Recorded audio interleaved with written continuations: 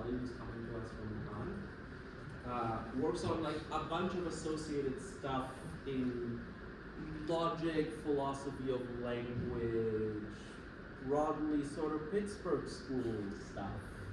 And today's going to be talking to us about why there is no symbol grounding problem. So take it away. Okay, well, thanks Dave for inviting. Thanks everyone for coming. Happy to be here. And yeah, the talk is called There Is No Symbol Grounding Problem. And I'm going to be approaching this question from a view that I call hyperinferentialism. And I'll explain what that means. Let me start with two diverging thoughts on the relation between syntax and semantics. So here's John Searle in a follow-up from his Chinese room argument paper. And this is a rhetorical question. He says, is anyone actually willing to say straight out that they think syntax, in the sense of formal symbols, is really the same thing as semantic content in the sense of meanings, thought contents, understandings, etc. Now, as I said, Searle is raising this question hypothetically. He doesn't think anybody is flat out willing to say this. Here's Wilfrid Sellars 40 years earlier in a paper called Inference and Meaning. He says all conceptual meaning, the conceptual meaning of descriptive as well as logical symbols, is constituted, completely constituted by syntactical rules.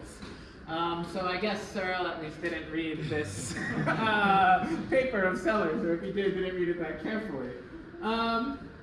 So I've defended this view of Wilfrid Sellars on meaning at length, and drawing my terminology from Brandom, who doesn't actually use it in the way that it's been widely used. I've called the view hyperinferentialism, and I said, we should be hyperinferentialists if we're going to be inferentialists at all.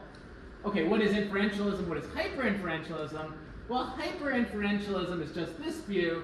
The idea is that the content of a sentence of a language L is completely constituted by the inferential relations that that sentence bears to other sentences of the same length, right? So this is a strong view according to which the meaning of a sentence is completely constituted by its inferential role.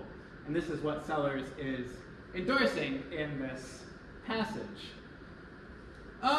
But there's a widespread thought that Searle is expressing here, and it's currently widespread in the philosophy of AI, with people talking about large language models, that this view is just untenable, right? In particular, it supposedly runs into this thing, the so-called symbol grounding problem.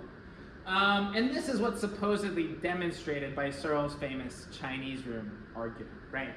I'll explain what all of these things are in some detail, but this is just as a bit of introduction of where I'm coming from in giving this talk. So my aim here is to convince you that there is no such thing as the symbol grounding problem. People use the phrase, but there is in fact no such problem. Okay, so here's the plan for the talk. I'm going to lay out the strong version of inferentialism that I like, which I've called hyperinferentialism, and I'll consider its implications for the possibility of attributing semantic understanding to large language models trained solely on linguistic data. Then I'm going to raise the so-called symbol grounding problem. I'm going to present a variant of Searle's Chinese room thought experiment. And I'm going to suggest that it simply begs the question against the view of this sort. So that's going to raise the question, okay, well, is there any actual arguments? I'm going to consider what I take to be the best non-question begging argument. And it's been around somewhere in the literature for a while, but it was recently just very clearly stated in this paper by Jessica Ann Heine. And the view is, the argument is that inferential relations underdetermine contents, since it's possible to assign deviant contents while preserving inferential relations. Finally, I'm going to draw on results in graph theory to argue that this argument fails, that such a reassignment of contents is almost certainly impossible for any natural language. And then I'm going to conclude with some bold claims about semantic understanding in LLMs trained on nothing but linguistic data. Okay, so that's the plan. I'm going to say what all of these things mean, starting with inferentialism. So this is the view that I've spent a lot of my time working on. Here's the question. What is it to grasp the content expressed by a linguistic expression? Here's the view. It's mastery of the inferential role of that expression, right? So we have some expression. If there's some inferences, good inferences in which this expression figures, grasping that expression is mastering the inferential role, grasping those inferences. So it's in virtue of mastering the inferential rules governing the use of a linguistic expression that one grasps the content expressed by that expression. So this has been suggested and defended by a number of people in the context of logic. Gensen suggested it. Sellers notably defends it in that paper I just quoted. Robert Brandom defends this view. Recently, Inkervardi and Schroeder defend this view. And in basically all of my stuff, I have defended this view. But this view itself, just saying this sort of underspecifies what the view actually is. So we can disambiguate this view depending on whether you think mastery of inferential role is necessary for concept possession, or whether it's sufficient for concept possession, and whether it's some or all concepts. So if you think that mastery of inferential role is just necessary for the possession of some concepts, then you're what you might call a restricted weak inferentialist.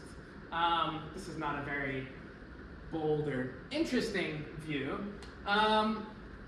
If you think that it is necessary for the possession of all concepts, then you're a global weak inferentialist, right? So the thought is possessing any concept requires mastering some of the inferential rules governing the expression, but it's just necessary. It's not necessarily sufficient.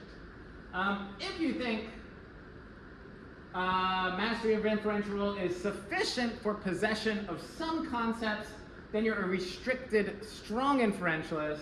And if you think that possession of any concept just is the mastery of the inferential role of a linguistic expression, then you'll be what I'll call a global strong inferentialist. And it's this version of inferentialism, global strong inferentialism, that people like Sellers and Brandom defend. And as I spell this view out, it's what gets called hyperinferentialism. And this is the view that I want to consider here, because I want to consider its implications for some of these arguments in the philosophy of AI. Okay, so let me start by outlining restricted strong inferentialism before turning to this global inferentialist view. So here's quite a plausible view in the philosophy of logic. This is a view lots of people accept about logical expressions.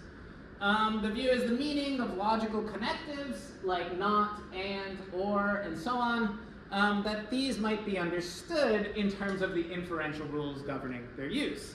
And the reason lots of people think that this is a plausible view about logic is it seems like we actually have quite a good specification of just what these inferential rules are in the sorts of proof systems that you might learn in an introductory logic class, right? So if you've taken a introduction to logic class, right, maybe you learn some sort of natural deduction system, right? And you might think that the meaning of and, right, that's connective, can be understood in terms of the fact that its use is governed by these rules, right? So from A and from B, you can infer A and B, right? And from A and B, you can infer A, and from A and B, you can infer B, right? So these are rules in a kind of proof system known as natural deduction, and you might think that giving these rules specifies the meaning of and, such that grasping these rules, what it is to grasp the concept of conjunction expressed by and, just is to know that this expression is used in accordance with these rules. We might specify these rules in a slightly different way. in terms of what's called a sequent calculus.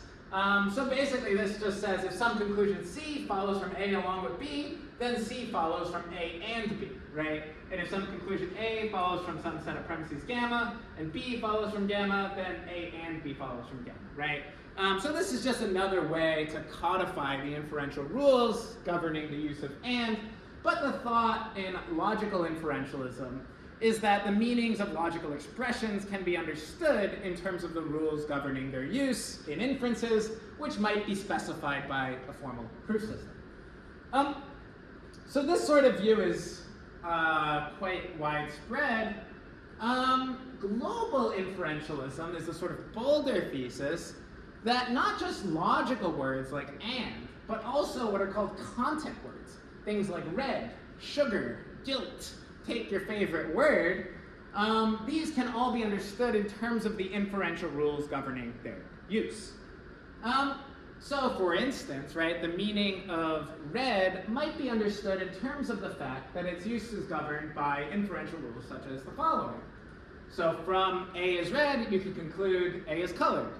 And from A is scarlet, you can conclude A is red, right? So these are inferential rules governing the use of red. From A is red and A is green, you can conclude an incoherence, right? This is just says incoherence, right? So red along with green is incoherent. A is red, B is pink, so you can conclude A is darker than B, and so on, right? Note, right, these are what's called material rules of inference rather than formal rules of inference, right? Whereas the logical expressions are governed by formal rules of inference, these are what Sellers called material rules of inference. But the thought is these are just inferential rules. The inferentialist thesis is that the meaning of red is constituted by inferential rules of this sort. There's an issue here, at least apparently. You might think, look, those inferential rules of this sort might be necessary aspects of the meaning of red. They can't possibly be sufficient. Why can't rules of this sort exhaust the meaning of red? Well, here's an intuition. Look, part of what it is to know the meaning of red is to know that it can be non-inferentially deployed upon seeing something red, right? For instance, if I see that fire hydrant, I can conclude that fire hydrant is red, right? So it seems like inferences alone can't capture the meaning of red. We need something else. The standard response to this issue is to acknowledge that this is just an issue for inferentialism and to expand the notion of inferential rule to include things that aren't really inferential rules, right? So here's a quote from a recent paper applying inferentialism to the philosophy of AI, which says, just summing up what is taken to be the position of global inferentialists assume that it is necessary to construct inferential rules very broadly to include perceptions as inputs to language and intentional actions as outputs from language. So this is taken to be the view of Sellers. It's not the view of Sellers, but people take this to be the view of Sellers. And the idea is to distinguish between two kinds of inferential rules. Inference in quotes, because inference is now construed very broadly. Properly inferential rules, which obtain between uses of language, assertions or utterances of sentences, and other uses of language, so properly inferential rules like the ones I just showed you, and what you might call quasi-inferential rules. So these are rules that obtain between uses of language, such as an assertion of that's red, and non-linguistic perceptual circumstances or intentional actions. So here's an example, right? See the red ball, you can conclude the ball is red, right? The issue, right, is that this is not really an inferential rule, right? This is just saying, look, here are the application conditions, right? When you see something red, you can apply this sentence, it's a red ball, right? You can apply the predicate red to red things. And I've argued at length that this essentially just amounts to giving up inferentialism, right? So admitting such quasi-inferential rules into an inferentialist picture is tantamount to abandoning strong inferentialism. And with that, the very idea that you're giving an account of conceptual content, right? The whole idea of an inferentialism was to say, look, here's my account of conceptual content. It's constituted by rules governing the use of expressions and inferences. If you now admit these things, which aren't inferential rules, well, now you've given up the whole account. So I argue this at length. I won't go into the details of why this gives up the whole theory, but I hope you can just see that intuitively, right, insofar as you say, look, you can apply this expression to something that's read, you're no longer endorsing this kind of view. Okay, so I think we should stay strong, be strong inferentialists rather than weak inferentialists. But how? Here's the answer. More inferences. All the inferences. I don't know if these are like memes from when I was in college. I don't know if these are still around, but some of you might get these memes. Okay, so the inferences I just showed you, right, are what you might call intrafamilial inferences, right? These are inferences from color expressions to other expressions in the same family of predicates, right? Other color expressions. Well, obviously, right, these are not going to exhaust the meaning of red, right? If we only consider relations among other colors, we're not even getting the sort of significance of something's being a certain color, right? So we should include some extrafamilial inferences. For instance, A is a stop sign, so A is red, right? A is a blackberry and A is right, so it's incoherent to say A is red, right? And then you conclude it's not red, right? Still, these inferences themselves don't seem to solve the crucial problem that I just noted, right? That one essential aspect of the meaning of red is that it can be deployed non-inferentially upon seeing something red, right? How do we capture that aspect in purely inferential terms? Well, quite easily. If A is red and some subject S has color vision and S is looking at A, then S sees that A is red. So this is an inference. You know, it's a relation between sentences of a certain sort that captures the fact that red can be non-inferentially deployed in perception, right? And so the hyper-inferentialist view is that such inferences, properly so called, suffice to completely articulate the conceptual content of red. No quasi-inferences are needed, right? So you asked me, what is it for something to be red, right? I can tell you. For something to be red is for it to be colored in a certain way. If something's scarlet or crimson, it's necessarily colored that way. If something's green or blue, it can't possibly be colored this way. Stop signs, blood, and unripe blackberries are colored this way. Ripe blackberries aren't colored this way. If something's colored this way and someone with color vision is looking at that thing in good lighting, they will see that it's colored this way. And so on, right? So this is an articulation of the content of red, right? It's obviously only partial, right? I could go on for hours, right? But the view is, right, this articulates what it is for something to be red, right? And the only things that are expressed here are inferential relations, right? Although I'm articulating what it is to be red, what I'm doing on this view is expressing my inferential knowledge, my knowledge of the inferences governing the use of red, and knowledge of such inferences completely constitutes the content of red. Okay, this is the view that I've called hyper-inferentialism, and it's a view that I've defended at length. I think this is the only reasonable way to be an inferentialist at all.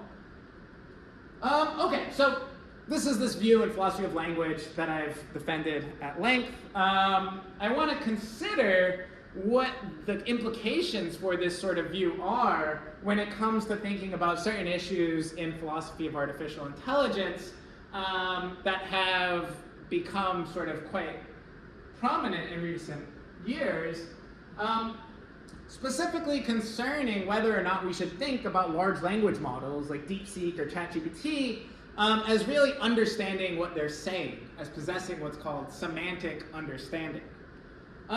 So here's an argument. Well, to grasp the contents expressed by linguistic expressions, it's sufficient to master the inferential roles of those expressions, right? That's this view I've just articulated. Here's a plausible claim, I think.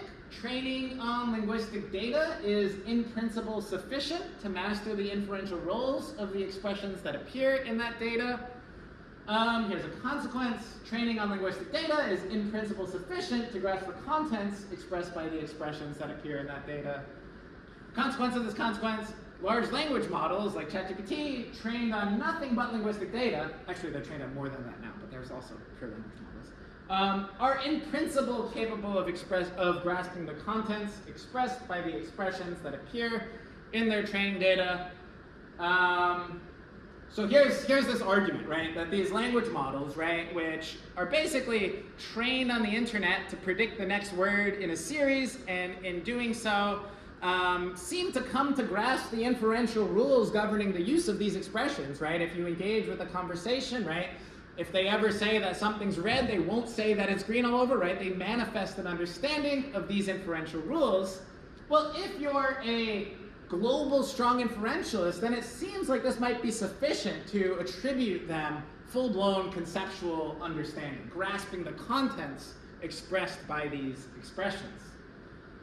Well, here's a problem. You might think, look, aren't there classic arguments in the philosophy of artificial intelligence? For example, John Searle's famous Chinese room argument, which show that training on pure linguistic data, acquiring such purely symbolic knowledge, couldn't yield genuine understanding. Okay, so this is something that lots of people in the philosophy of AI literature think, and this is expressed in many ways. Here's Bender and Kohler from an influential paper from 2020. Much recent work in neurolinguistic programming claims to be building systems where not only the runtime system, but in fact also the process for building it, has access to form, linguistic symbols. So they're talking about large language models, right, that are just trained on linguistic data. And they say, but language is used for communication about speakers' actual physical, social, and mental world. And so the reasoning behind producing meaningful responses must connect the meanings of perceived inputs to information about that world, right? The thought is, well, if they just have language, they couldn't possibly grasp meaning. And here's a sort of stronger expression of the same point. A language model is a system for haphazardly stitching together sequences of linguistic forms it has observed in its vast training data, according to probabilistic information about how they combine, but without any reference to meaning. A stochastic parrot, right? So here the thought is the meaning has to somehow lie beyond the relations between the mere symbols and how they combine. Here's another remark from Browning and LeCun. The goal is for AI systems to focus on the world being talked about, not the words themselves. But LLMs don't grasp this distinction, right? They're just in the realm of words. They don't actually grasp the things in the world, the actual meanings that these words refer to. So these expressions of the thought that symbolic knowledge couldn't possibly constitute genuine semantic understanding, many of them are downstream from a famous thought experiment in the philosophy of AI, Searle's Chinese room. Let me talk through a variant of this thought experiment that I like a little bit better than Searle's version. It's in some ways a more radical version of this, and I also just like talking about aliens. This version of the thought experiment was stated in this recent paper by Jesse and Heine, and I'm drawing on that here, but I like this kind of version of the thought experiment. So imagine this guy, we'll call him Cap, gets abducted from Earth by aliens. Let's say they're from Proxima Centauri B, right? And they lock him in a room, right? He's, doesn't see anything, gets locked in a room, right? And every so often, weird symbols pop up on this screen in his room, right? And then they go blank, and he has a chance to scribble some things, right, in response, right? And sometimes when he scribbles some things, he gets shocked. The floor is electrified, right? He gets shocked. Sometimes when he scribbles some things, some food pops in his room, right? Gets sort of, teleported in, right? And so he starts, sort of randomly just copying down the symbols he's seen. Let's say Cap's just not a normal human being, but actually a super genius, right? Who has crazy memory and computational abilities, right? And so eventually he starts, figuring out the patterns in which he should scribble these symbols, right? To get food to appear rather than getting shocked, right? And, sort of This goes on for days and maybe years, right? And eventually he gets really good at scribbling down the signals that will get food to appear in his room. Now, from the outside, there's Proxima Centaurians, right, who are, coming up to his little window and having conversations with him, right, in what seems to be fully fluent alienese, right? Seems that he's, writing this language of alienese, right? But from Cap's perspective, right, all there is are these symbols, right? And he knows the relations between these symbols, right? But he doesn't know what in the world he's talking about on Proxima Centauri b, right? All he guesses are the symbols. Okay, so here are two symbols, right, that Cap knows how to manipulate, right? Symbol 1 looks like that, symbol 2 looks like that. Here's the standard intuition that I've just tried to pump, right? Cap might master the inferential rules governing the use of these alienase symbols, but his knowledge of relations among strings of alien symbols remains purely at the syntactic or symbolic level. It never ascends to knowledge of relations between the contents these strings of symbols express. So for instance, right, he knows that this symbol 1 implies symbol 2, right? In the sense that if he, scribbles down symbol 1, then he should scribble down symbol 2 in some circumstances, right? But he doesn't grasp the contents that these symbols actually express. Okay, well, if knowledge of meaning, right, just is knowledge of inferential role, and Cap has mastered the inferential roles of these symbols, but he doesn't grasp the meanings, doesn't this just refute this position that I've spent 20 minutes trying to articulate, right? Doesn't it just show, right, that Sellers is wrong to think that knowledge of meaning could consist solely in syntactic knowledge? Okay, so let me try to now pump a different version of the thought experiment. Okay, so same setup, right? Cap's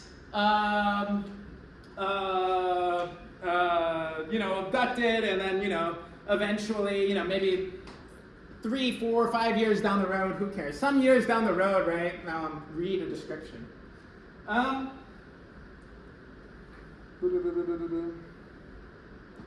So over the years, Cap's engaged in many extended conversations with many different Proxima Centaurians. Now, Cap's cell is quite a boring place when he's not chatting with the Proxima Centaurians. One day, left alone in his cell with nothing to do but think, Cap finds himself drifting off in thought, thinking, as he often does, about blurgles and the glorbs that they frequently give rise to when properly glimmed, which are promptly glorbled up by the Proxima Centaurians. Oh, how they love glorbling those blorbs. He recalls the glimming competition that his captor Blingelrink had told him about, in which Flograg, Blingelrink's third-generation mitotic ancestor, glimmed 3 glorbs out of a blurgle in one go.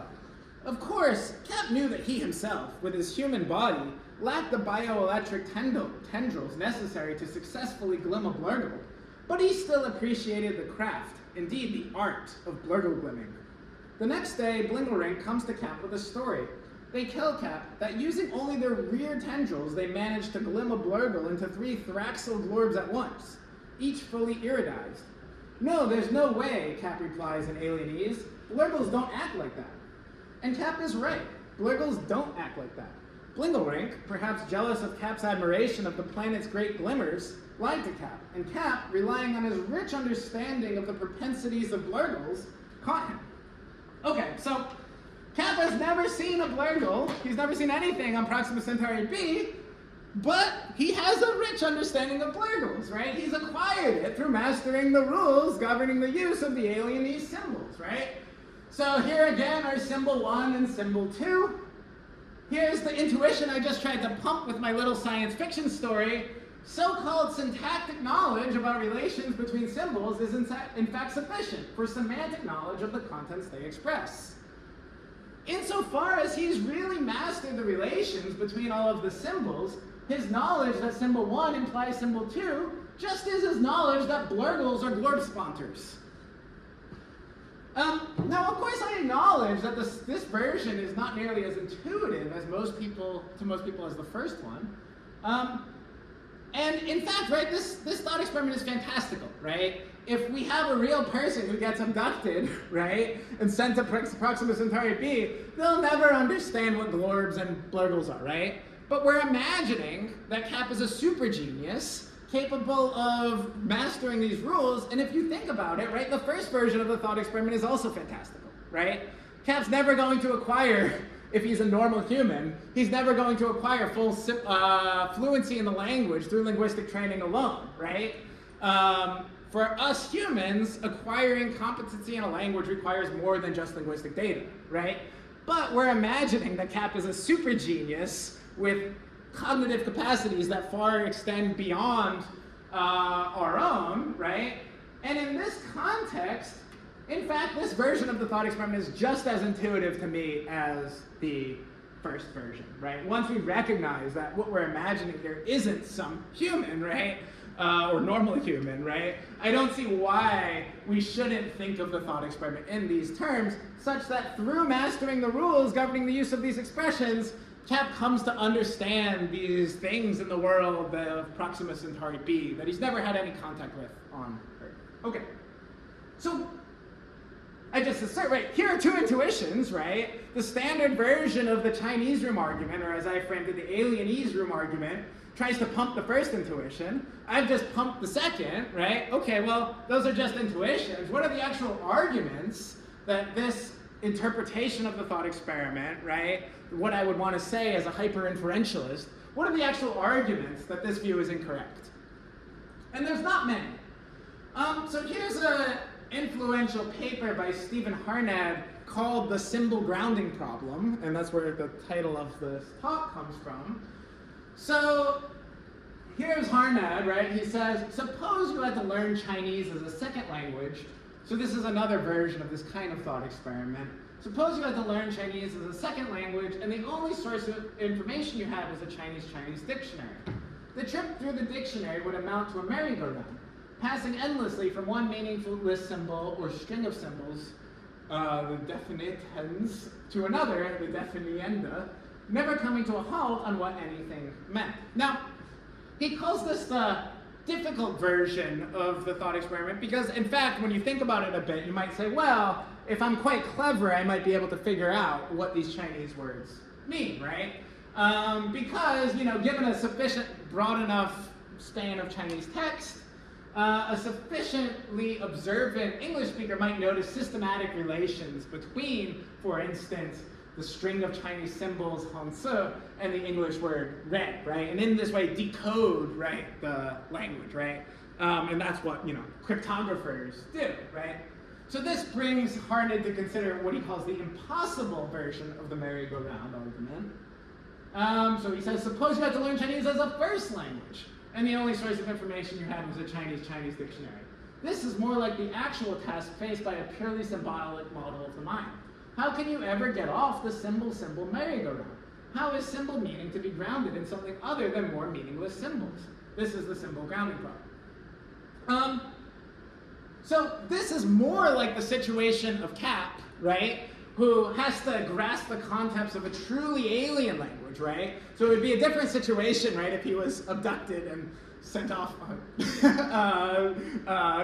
to China where he was given Chinese, right? Maybe that in that case where you'd have more of the intuition. Well, you could map up the expressions for which expressions.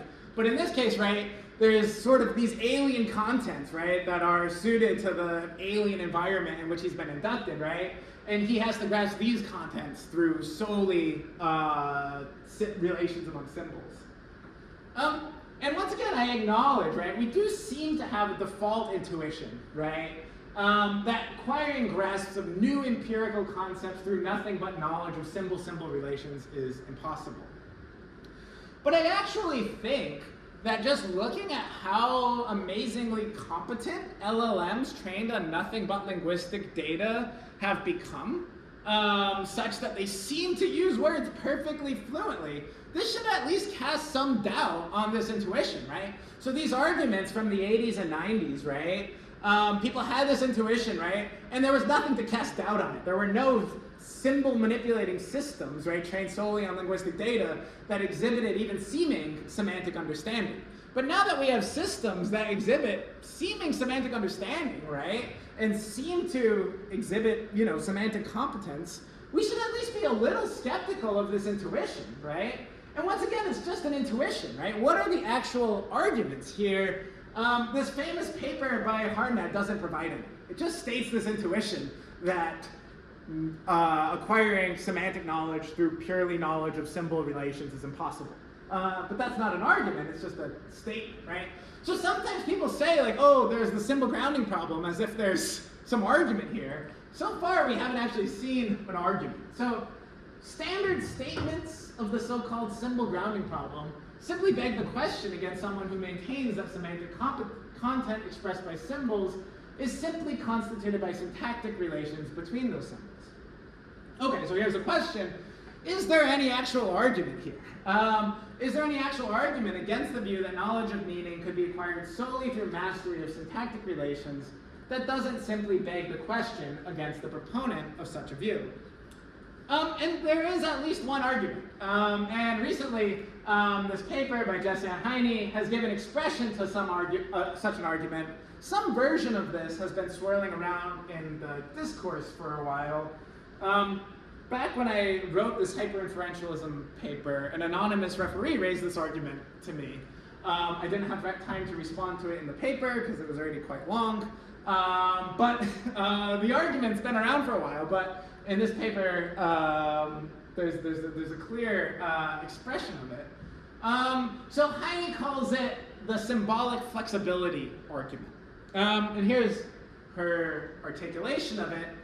If we're to assign a given string, say the sky is blue, to a certain contingent proposition, say that there are hot dogs on Mars, we can then assign meanings to the other strings while holding fixed all of the facts about what strings are appropriately replies to which other strings. So here's the idea. We can map strings of symbols to deviant contents other than the ones that those strings of symbols actually express in the language to which they belong, in such a way that preserves all of the inferential relations between strings, given the inferential relations between the contents to which they are mapped. And if this is possible, then the inferential relations between strings of symbols underdetermines the meanings they express, right? So some sort of external grounding, for instance, in perception, is necessary. Okay, so this is actually an argument. So that's good. So this is actually something we can work with rather than just intuitions. So first, let's distinguish between. So here's a statement of this idea of a reorganizational project where we map strings to deviant contents. Let's consider two versions of this, right? One is a case in which we map sentences of the language to deviant contents expressed by other sentences of the same language. So this is the sort of example suggested by Heine, right? So the sky is blue is mapped to the proposition that there are hot dogs on Mars, which is expressed by the English sentence that there is hot dogs on Mars, and mapping other English sentences to other English contents expressed by English sentences in the same way. That's what one does. Or you could consider a case in which the deviant contents to which sentences are mapped are not expressed by any sentences of the same language. So, for instance, consider a case in which the sky is blue is mapped to the proposition that blurgle spont glorbs, which is not expressed by any English sentence. It's only expressed by an alienese sentence. Okay, so these are two variants of the thought experiment. I'm going to focus on the first one for the moment, because once we deal with the first one, the second one will actually be quite easy to deal with. So here's the idea, right? There's you can formulate this objection in intralinguistic terms, and it becomes more tractable that way, right? So here's the idea, right? There's all of the English sentences, right? This big web of English sentences. There's some mapping of the language onto itself, in which, for instance, the sky is blue is mapped to the sentence, there's hot dogs on Mars, in such a way with other sentences being mapped to other sentences, all of the inferential relations between sentences are preserved. Okay, so there's lots of different kinds of inferential relations. There's lots of different sort of relations between symbols that you might think goes into what you might call symbolic competence, the sort of competence that CAP exhibits and that LLMs exhibit. To simplify things, I'm just going to focus on implication relations, right? where I'll say that P1, P2, P3, so on, subset of sentences implies Q, just in case it's infelicitous to assert all of these sentences and deny the conclusion, right? So this is just one way of defining implication. And this is the sort of thing, someone could, restrict it solely to symbols, but no, right? This is the sort of thing that would be part of symbolic knowledge, right? So obviously more goes into the sort of symbolic knowledge of CAP than just knowledge of implication relations, but clearly such knowledge is necessary for full-blown symbolic competence, right? And so it won't hurt our case just to focus on this and see if the symbolic flexibility argument works, even if we just restrict our attention to implication relations. Okay, so here's a formal statement of what is being claimed in this symbolic flexibility argument, at least the intralinguistic variant of it. There's some mapping from the language onto itself. It's just the language is a set of sentences, such that if some set of sentences implies some sentence, given the actual meanings of this sentence, then the mappings of these sentences, which are other sentences of the same language, implies the mapping of that other sentence, once again, given the actual meanings of these sentences. So this is the claim. And I'll give an example to show what this sort of thing would be. So consider this very simple toy language. We have two names, A and B, three one-place predicates, is white, is gray, and is black. Two two-place predicates, is darker than, is lighter than, and some logical operators, and, or, and it's not the case that. So here's some implication relations, right? Just given the actual meanings of these sentences, right? A is white along with B is gray implies A is lighter than B. A is lighter than B implies B is darker than A, right? And so on, right? You know what these words mean, so you can articulate these implication relations. Here's an implication preserving automorphism, right? This is the sort of thing that I'm just talking about, right? Map is white to is black, map is gray to itself, map is black to is white, map is lighter than to is darker than, and map is darker than to is lighter than, right? So what happens, all of the implication relations are preserved under this mapping, right? So we mapped is white to A is black, B is gray to B is gray, and A is lighter than B to A is darker than B, right? And so we get A is black along with B is gray implies A is darker than B, and so we still have a good implication, right? Likewise, under this mapping, right, A is darker than B implies B is lighter than A, right? So we map the sentences to different ones in such a way that preserves all of the implication relations, given the actual meanings of those sentences. So, an implication preserving automorphism is possible for this toy language. And so, for instance, if we take white to mean white and black to mean black, knowledge of the inferential relations between expressions of this language underdetermines knowledge of their meanings, since knowledge of these inferential relations is compatible with white meaning black and black meaning black, right? It's compatible with these deviant contents being assigned to these expressions. So what seems to be needed? Some sort of ostensive tether, right? Some sort of grounding, right? This is the idea, right? If I know that white denotes shade 1 and black denotes shade 2, then obviously this rules out the assignment, right, in which the content black is assigned to white and the content white is assigned to black, right? So the thought is, in order to rule out these deviant interpretations, we need more than just inferential relations. We need some ostensive tether. We need something perceptual or something like that. So here's the question, right? Will there be such an implication-preserving automorphism for natural languages like English? And now I'm going to argue that it's basically a mathematical fact that there won't be.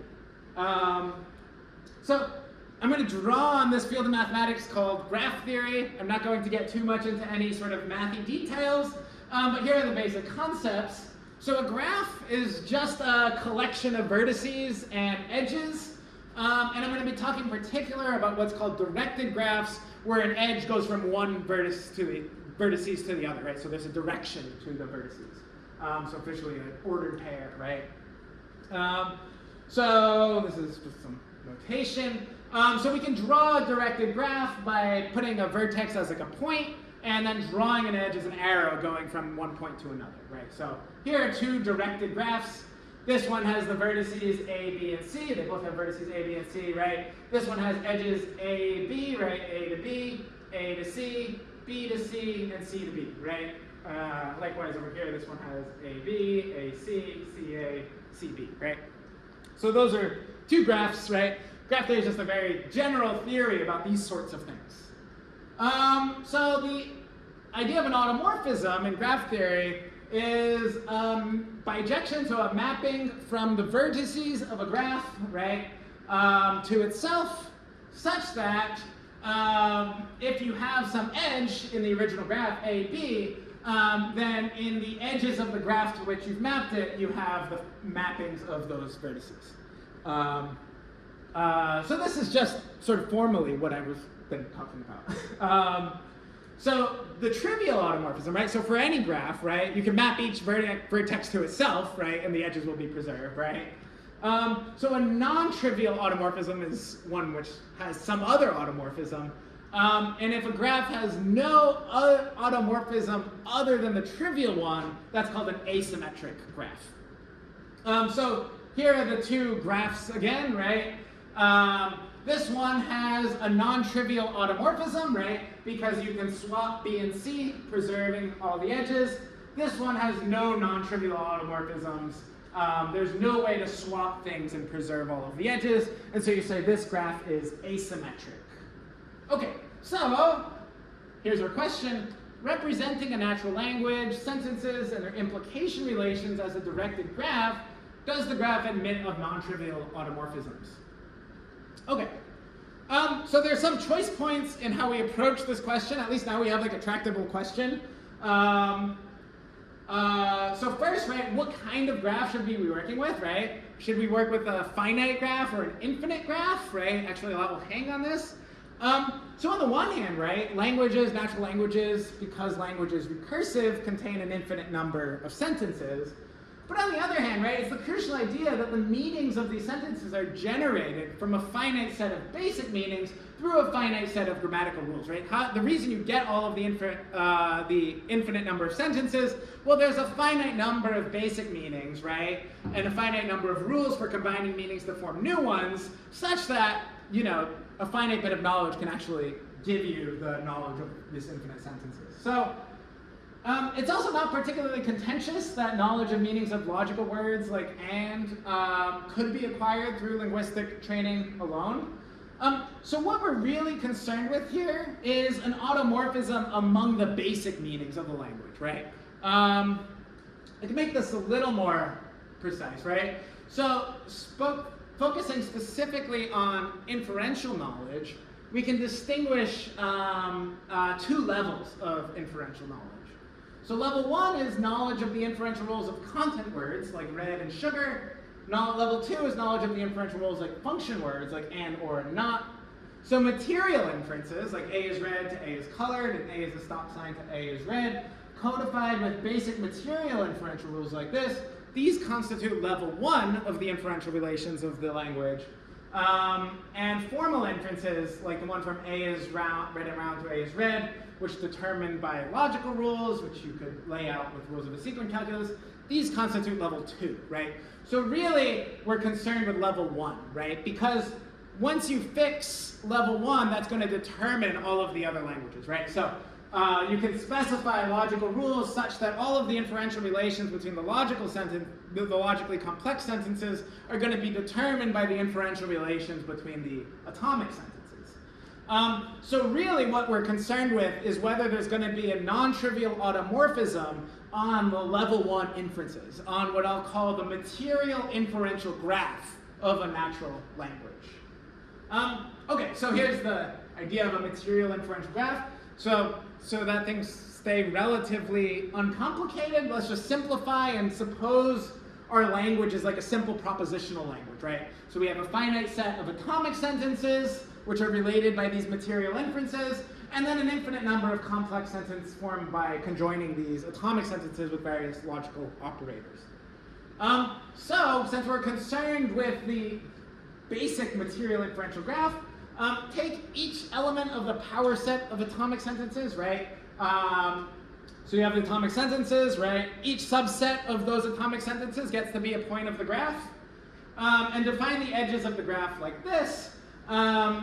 So one set of atomic sentences implies another, just in case asserting all of the premissory sentences and denying all of the conclusory sentences is out of bounds or infelicitous, right? So this is just a generalization of the notion of implication I gave you guys earlier.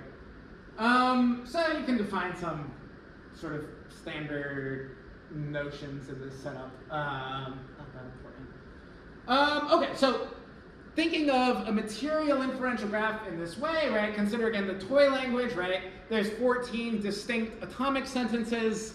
So there's 2 to the 14. That's just how you compute the number of things in the power set, or 16,384 points on the graph. Now, we should actually refine this a little bit, right? Because if you consider a case in which 2 truly synonymous sentences are mapped to each other, right? So say we map A is lighter than B to B is darker than A, right? This would technically give us a non-trivial automorphism if these are represented as distinct points, right?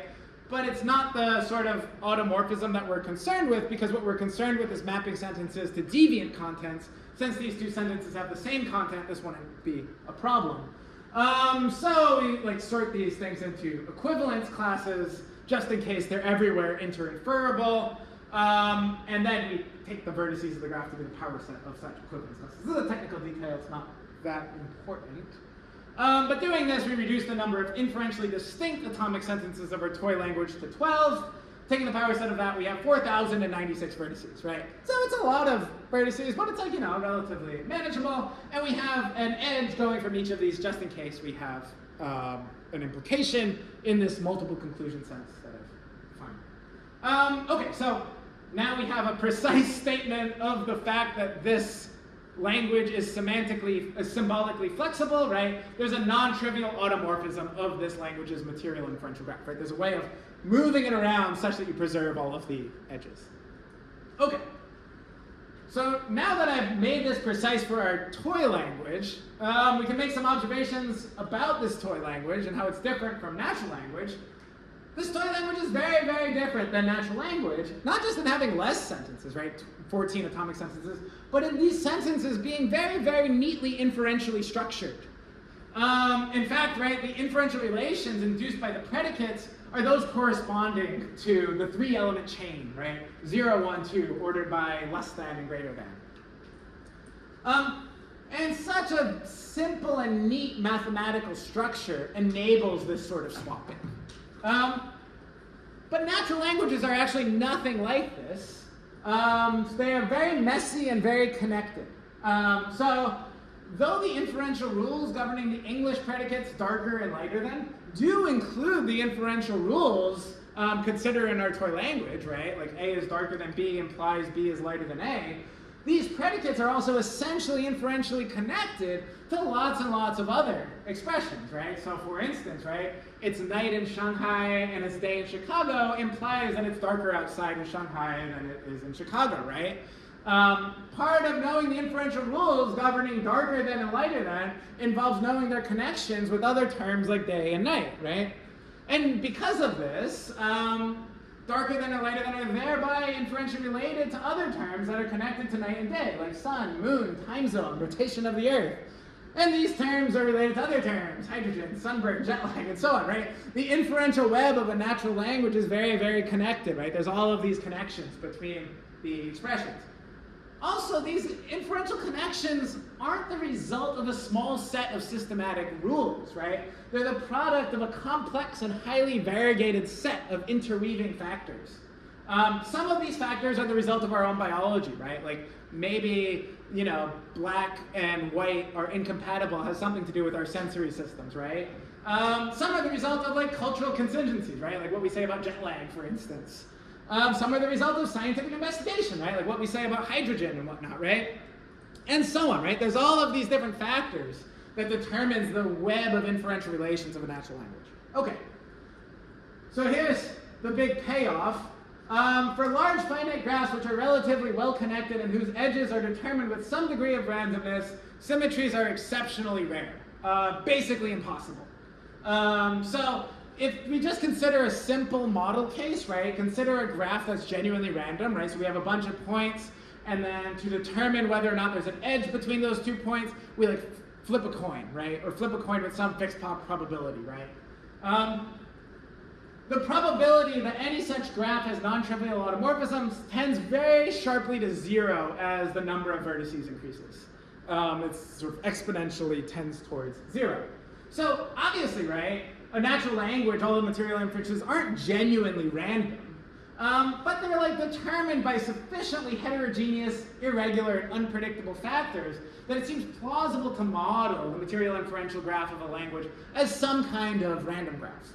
And in this way, we can conclude that the material inferential graph of natural language, and thus the inferential graph of language as a whole, is almost certainly asymmetric. Like, it's almost certainly asymmetric.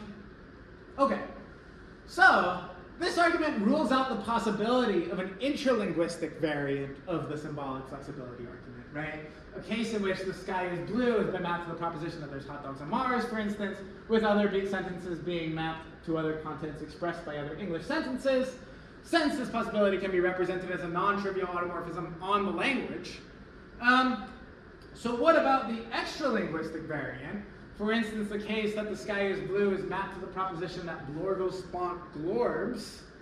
Well, we can pretty easily rule this out by considering the two possibilities. Possibility one would be that some English sentences are mapped to contents expressed by English, and some are mapped to contents expressed by an alien language such as alienese, right? But in this possibility, that given that English doesn't encode any inferential relations between its sentences and blorgo spont glorbs, the material inferential graph of the contents will be disconnected in a way that the material inferential graph of English is not, right? And so we won't have the mapping.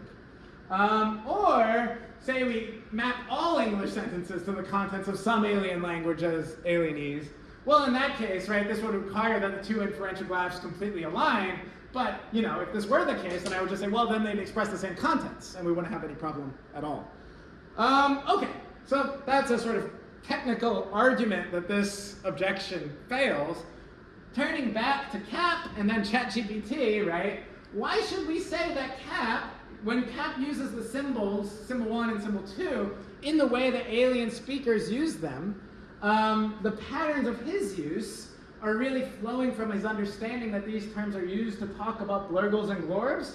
Well, because given the extent of his mastery of the material inferential norms of alienese, there are no other contents that these symbols could possibly express. That's essentially what this argument has just shown. Okay, so then why should we say, when ChatGPT uses the English words hot dog or stop sign, as English speakers do, that its patterns of use are really flowing from its understanding that these terms are used to talk about hot dogs and stop signs? Once again, because given the extent of its mastery of the material inferential norms of English, there are no other contents these terms could possibly express. Okay, so just to wrap up, right, here's my view about LLMs. Once again, I've claimed, sort of just going from this inferentialist thesis that I endorse, that training on purely linguistic data is in principle sufficient for grasp of all meanings, since grasp of the meaning of an expression just is mastery of its inferential role. Now, once again, people just object to this claim. For instance, Bender and Kohler say a system trained only on forms, strings of linguistic symbols, has a priori no way to learn meaning. But there may be empirical limitations, right, to training only on language, right? You might not have a model that performs as well if you're going to train only on language. But I take it that there are no a priori arguments against the claim that you could acquire meaning solely based on symbols alone. Traditional arguments are simply expressions of intuitions and beg the question against someone who doesn't share that intuition. And the only actual argument that I could find to support the intuition, this symbolic flexibility argument, fails. So I conclude there is no symbol grounding problem. 谢谢.